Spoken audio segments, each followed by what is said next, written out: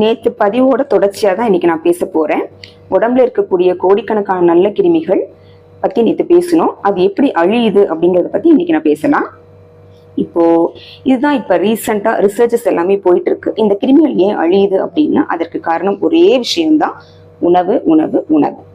இயற்கையாகவே நம்மளுடைய உடம்பு சாத்வீகமான உணவுக்கு தான் பழக்கப்பட்டிருக்கு. லைக் ஃப்ரூட்ஸ், ரொம்ப வறுக்காத பொரிக்காத வெஜிடபிள்ஸ், இந்த மாதிரி. பட் இன்னைக்கு இருக்கிற ஃபாஸ்ட் ஃபுட் கலாச்சாரம் எப்படி போயிட்டு இருக்கு அப்படின்னா, என்ன வேணா சாப்பிடலாம், இப்படி வேணா சாப்பிடலாம் அப்படின்ற மாதிரி போயிட்டு இருக்கு. இந்த மாதிரியான உணவுகள்ல எல்லாத்துலேயுமே நிறைய கலர்ஸ் ஆட் பண்ணுவாங்க, அடிட்டிவ்ஸ் இருக்கும், ப்ரிசர்வேட்டிவ்ஸ் இருக்கும், டிரான்ஸ் ஃபேட், அதுக்கப்புறம் ஹைட்ரஜனேட்டட் ஃபேட் அப்படின்னு சொல்லக்கூடிய கெட்ட கொலஸ்ட்ரால் இருக்கும். ஸோ இதெல்லாம் என்ன பண்ணுது அப்படின்னா உங்களுடைய இந்த உணவுக்கு டேஸ்ட் கொடுக்குது, அட்ராக்டிவான கலர்ஸ் கொடுக்குது.